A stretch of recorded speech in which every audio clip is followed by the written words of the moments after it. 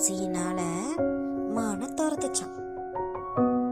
சிங்கத்துக்கிட்ட மாட்டிக்கொள்ள கூடாதுன்னு மானு தன்னை காப்பாத்திக்க ஓடி ஓடி போச்சான். சிங்கம் ஏமாந்து போயிடுச்சான். ஓடும்போது மானுக்கு பல இடத்துல காயம் பட்டுச்சான். இதை பார்த்த நரி ஒன்று இதை எப்படியாவது சாப்பிடணும்னு பிளான் பண்ணிச்சான். அது தன்னோட தந்திரத்தினால மானுக்கிட்ட தூரமா இருந்து பேச்சு கொடுத்துச்சான்.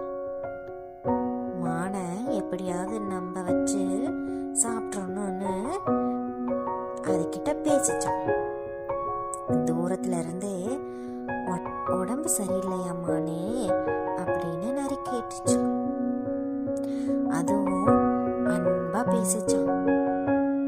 மானும் தனக்கு உதவிதான் செய்யறாங்கன்னு நம்பிருச்சாமா. நரி உடனே சந்தோஷப்பட்டுச்சான். மானு நம்பிருச்சுன்னு.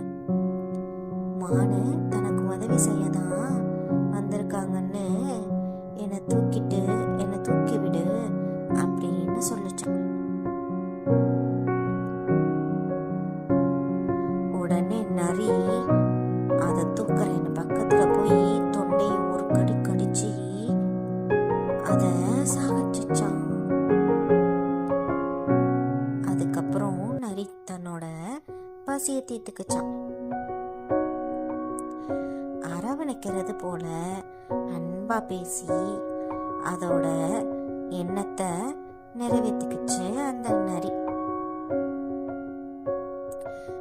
பருகுவார் போலினும் பண்பிலார் கேண்மை பெருகளிற் கொன்றல் இனிது. விளக்கம்: தீய குணமுடையவர் அன்பின் மிகுதியினால் விழுங்குபவர் போல் பார்த்தாலும் அவருடைய நட்பு வளர்வதை விட குறைவது நல்லது அப்படின்னு திருவள்ளுவர் அந்த திருக்குறளுடைய விளக்கம்தான் இது. இந்த விளக்கத்துக்கான கதை இது. BuyMode e-shopping application is one of the online shopping app now available on Play Store and App Store. Click below link and install application. Thank you.